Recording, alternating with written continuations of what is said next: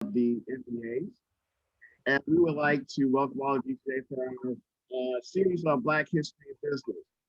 We are coming to you on our page, group setting to you watching on our group setting. So we hope that you enjoy this special occasion. Again, the St. Louis Black National MBA Group is striving to bring education about Black businesses in the local area. And today we have one of our smaller segments, which will feature an exciting speaker. First, I'd like to introduce our chair of the meeting, Dr. Wade Jackson, Dr. Wade Jones, who will come and introduce the speaker and take the conversation further. Good morning, or should I say good afternoon, everyone. We're so excited to be here with you today. We have as our guest presenter, Mrs. Lynne Jackson, the great-granddaughter of Dred Scott.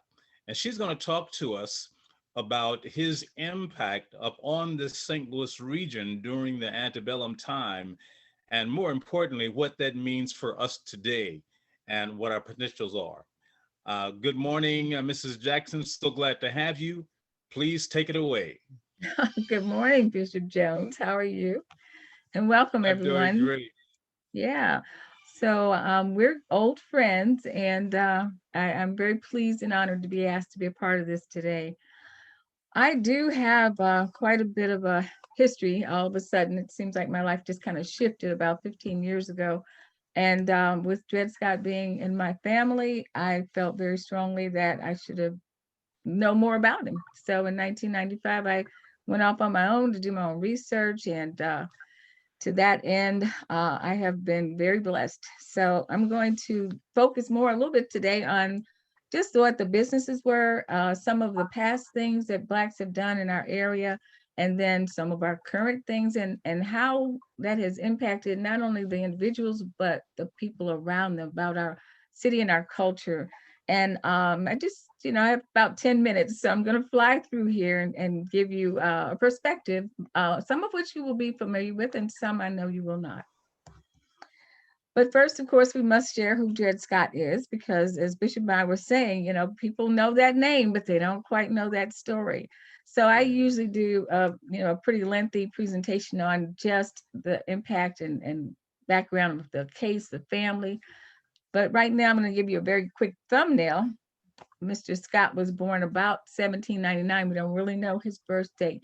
But rather than, as Nate Turner did, have an insurrection, and by the way, they lived down the road from each other in Southampton, Virginia, Dred Scott chose the courts so that he could have his freedom legalized, since he actually was already legally free. He was fighting to get his freedom, not to have his freedom. And so it took 11 years and 5 court proceedings for him to find out that our US Supreme Court says that neither he nor Blacks of any state were citizens, and that they nor their ancestors would ever be citizens, and they had no rights that that whites were bound to respect. And on March the 6th of 1857, the Dred Scott case was a major catalyst for the Civil War. Actually, that catalytic background, all that Dred Scott went through, all that he suffered, all that he sacrificed, up to and including even removing their daughters from the home so they would not be sold. All of that ended up in the 13th, 14th, and 15th Amendments to our Constitution, which abolished slavery, gave us citizenship and the right to vote, and therefore they are often called the Dred Scott descendants. Off to the right, I just have a little bit about him, excuse me, saying that he himself was never in business, but that he had many skills, up to and including, again, the fact that because he lived and worked for Dr. John Emerson, an Army surgeon, I learned at Fort Snelling that he was sometimes there to tend the wounds or take care of some of the soldiers in Dr. Emerson's absence. So it's rather interesting to find out that he was in that situation. That was new to me. His wife was Harriet Scott. Now, Harriet was a laundress, a washerwoman, but after the Dred Scott decision, and they did get their freedom, she now was what I call the first entrepreneur in our family. And what you see here is a picture of her, also a picture of the hard labor that it was to do laundry. You had to heat water, you had to scrub, you probably had to make your own soap, on it went. And then when she was free, she continued to do that, but as an independent free woman. And she was listed in our city directory. And you can see on the fourth line, Scott Harriet, widow of Dred, colored, laundress. And then it says that she lived out the back alley of Carr and 6th and 7th Avenue. So she was lifted up in her dignity by her work and acknowledged as well. A quick side note on Harriet is that she also sued for her freedom in a separate case. And therefore, she also was a plaintiff. Her case was blended with his over so many years because of the similarity of the cost, etc. So you don't hear about it being the Harriet Scott or the Dred and Harriet Scott case. You hear the Dred Scott case, but she was also very much an independent person who sued for her freedom. And down in the corner is something very interesting. I didn't get a chance to find out if this happened in St. Louis, but in Atlanta, women who were laundry women went on strike. Now, this was after slavery, but these women, some of them had been slaves. So that again shows you the power that they felt that they had, that they took and received unto themselves as being business women. They probably didn't see it that way, but they were independent entrepreneurs. And they actually went on strike. Now, if you don't get your clothes washed and don't get your garbage picked up, you're probably going to see some action there. But here again in St. Louis, we have the legacy of the Clay Morgan family. And I'm going to not get into this. The book was called The Colored Aristocracy, written by Cyprian Clay Morgan, who was a mixed person. Due to that mixed legacy, there was wealth involved. 1 million acres of land was owned by his father. But this whole story was like a soap opera. And all I can tell you is they had money and they did a lot of weird things. But the point I want to make is if they had taken that money and invested it into the Black community, St. Louis might have been a different place than it is today. Not to put it all on their backs, but they did not use it as well as one might have hoped. Across the river, we have a city called Cairo, Illinois, just like in Egypt. But unfortunately, this city has a very, very bad legacy. It had great potential. At one time, it was somewhat of a boom town because of it being near the river, and it was established before the war. However, due to racism and hatred, this place just disintegrated. They had some lynchings there. Black people tried to prosper at a certain point, but they would not support them. They would not help them. And so the street signs that you see here say 7th and commercial, but there is no longer any commerce in Cairo. Now, I'm interested in this town because my grandmother was born there in 1890. And she's the lady who married Dred Scott's grandson.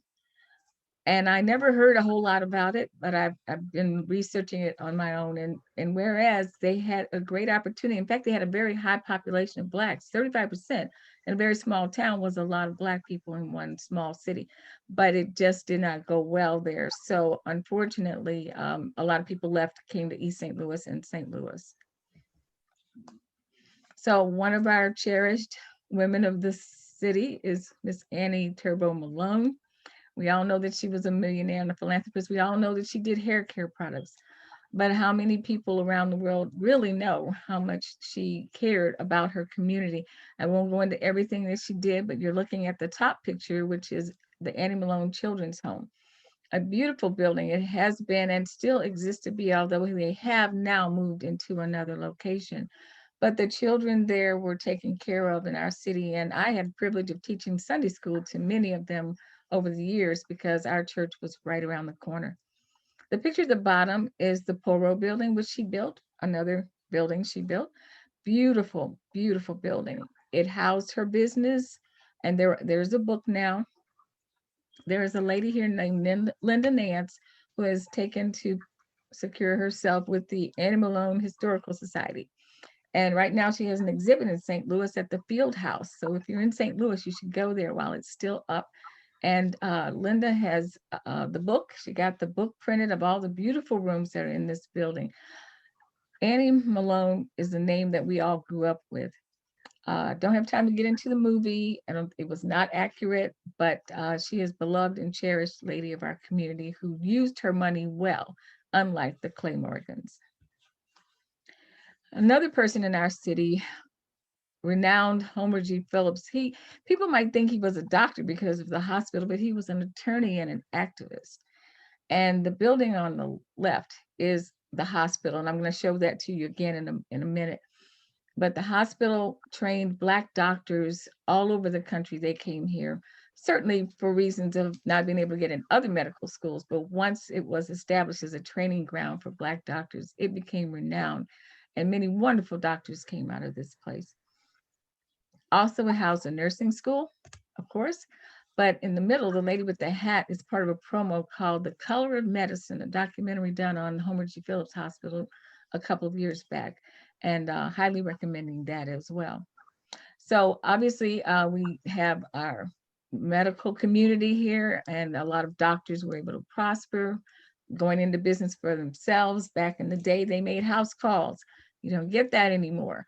But some of us as little tiny children can remember a doctor coming to the house, and those doctors had everything to do with Homer G. Phillips Hospital. This picture I shared because I just wanted you to see the immensity, the enormity of this hospital building. It was built in 1939 in honor of him. And it still stands today as a retirement home for our citizens in St. Louis. It's beautiful, well taken care of, a lovely place. And this building, again, you see it on the left, just that little wing that was sticking out to the side there. This is right behind Annie Malone's children's home. So I had this opportunity to show you how close together these two buildings are. And that's how close our community was. The church at the bottom is also the church I grew up in, the church I taught, sang, played piano, did Sunday school, vacation Bible school, and got married in to my wonderful husband, Brian. And that's Antioch Baptist Church. And above that is Sumner High School. I did not go to Sumner, my parents did. And that's another story about why you could either go to Sumner or Vashon. But this was called the Ville.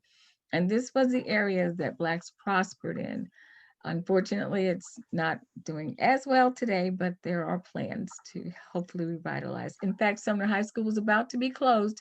It was on the chopping block at least twice, and just recently it was deemed that we will not close it. We will transform it to another use, and at least the school will be open and in use. It is the first Black high school west of the Mississippi. Extremely historic, and I don't have time to tell you all the wonderful people who came out of it, but many people whose names you would know went to Sumner High School, famous people. Okay, one of our wonderful people in St. Louis is David Stewart. His name is well known. He's a beautiful person. He founded Worldwide Technology at a time when he just was making a change in his life. This is a multi-billion-dollar company. It is a service technology company in St. Louis, Missouri. And I started to put the new building. They just built a beautiful new building on Highway 270. And David founded this 30 some years ago.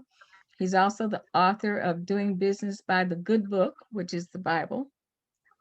And for most of us, we look at him as a role model of a good businessman with good character. He also is now part owner of the Blues, and he has opened a worldwide technology racetrack, I believe, over in Illinois. So I put this up here, it just came off the website. You can see they employed in 2019, before COVID, over 6,500 people. So again, a Black business that is helping support the community, but also the CEO, Jim Kavanaugh, is a white man. So we're looking at diversity throughout the company and shared responsibilities within our community. Security companies. We used to have quite a few security companies. And the reason I'm sharing this right now is I want to make a few points about business, Black businesses. My husband owns Crime Deterrent Systems, CD Systems, and he's been in business 21 years. Security companies have come and gone. But he started it. One reason was to help our people. You know, I don't have to sing to the choir about how many different levels of work abilities and education we have, but security is a reputable job. It is a responsible job, and it's a job that our people can get into to start a career. So to help our people, now there's a lot of competition in all work, but there's a lot of competition here. I want to say that a lot of times, and I'm not just in security, but I'm just using this as a platform. You get in business as a Black person, and you want that business really bad, and so you have to think about, well, what am I going to charge those people? And if you go out and underbid yourself, then you've hurt yourself, you've hurt your people. You're not going to profit as much. You're not going to be able to pay your people as much. And we actually pay considerably over what the average people get paid for security. But there is that, like, I need this business so bad, I'm willing to take a lot less money. You don't have to do that. You should go with what is fair and what is right, not only for you, for your people, and to your client as well. Don't overprice, don't gouge. There's just all this about character and virtue that if we bring that into business, we're much more successful. And the last thing on here is Fanafi, which is a really silly word. I'm not even sure people actually say it that way. But when you're looking to have a business and you want to be successful, people always say marketing 101, find a need and fill it. And so if there's a need in your community or a need that you know that society has, if you want to be in business, then you should find a need. And if you can fill it, you should be successful. Of course, success includes a lot of other things, but finding that niche for you and something that you're going to enjoy is going to make you successful. I was trying to figure out how to say this because I never considered myself as going into business with my foundation, but the Dred Scott Heritage Foundation was something that just came out of me wanting to be a part of doing something for the 150th anniversary of the Dred Scott decision, which was in 2007.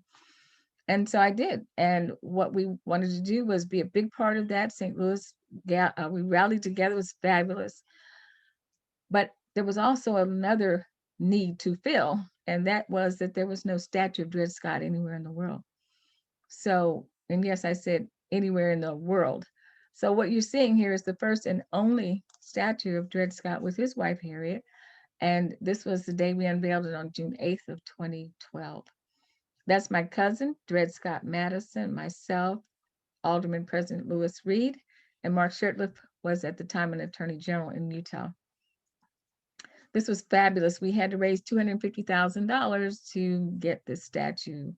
And I'm not a fundraiser, and that was a lot of money. It wasn't going to be in my pockets, but with the right purpose, with the right people, with determination and cause and perseverance, like Dred Scott did, you just keep at it until it gets done. And so obviously we paid it off, and it's just a monument to the couple and to all of our ancestors who fought the good fight. So in order to continue the legacy, as it were, Dred Scott has a beautiful, very little marker in Calvary Cemetery, and I'm very, very attached to it because it was given by a descendant of the people who owned him.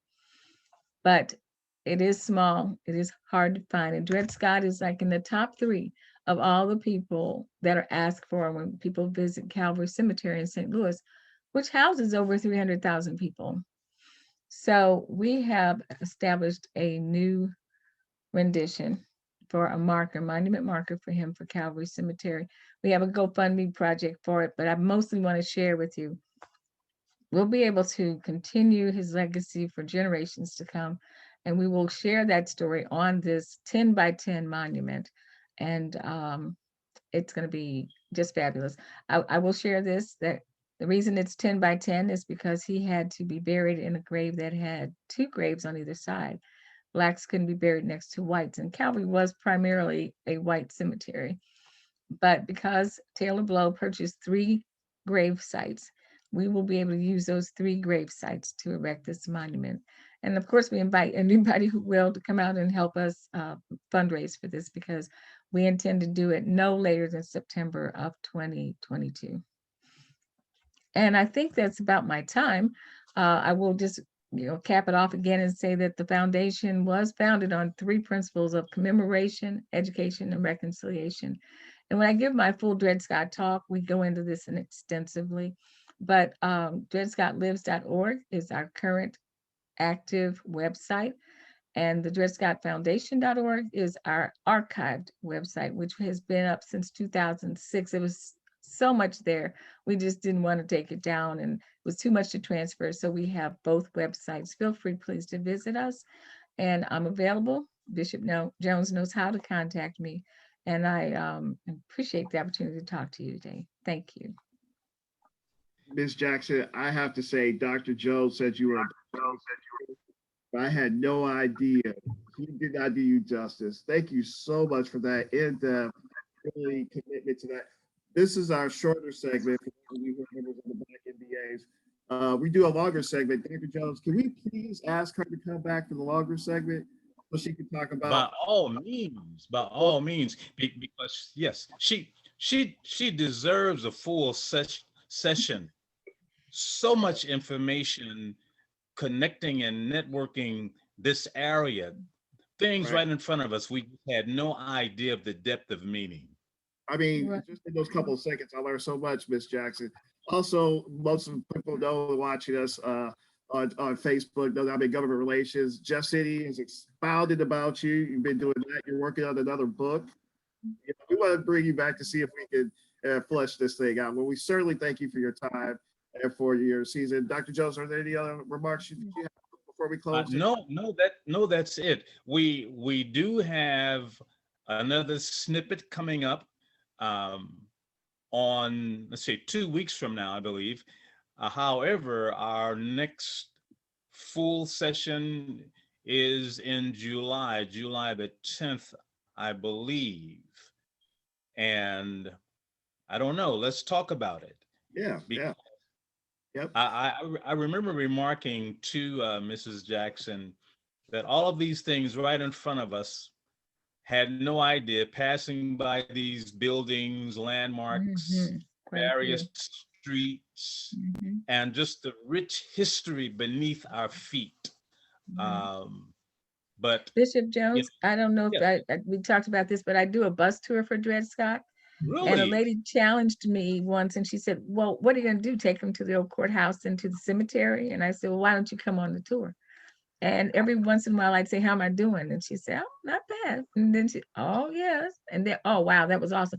Because he is all around us here in St. Louis, and you are going by him all the time and do not know where. But yeah, there's a lot to learn. St. Louis is rich in much history. Yes. And I try to share attendant histories as well. Well, we have to talk more, see what we can schedule, because I knew 10 minutes would not do it justice, but the purpose of the snippet is to pique the appetite, because there's so much we don't know. I saw something on a Facebook tag, and this individual said, we cannot put more time into our life, so let us put more life into our time. I like that. And your presentation does that. We'll talk about getting you into a full-blown one. How's that? All right, we'll talk about it. Okay. Okay. Thank you so much.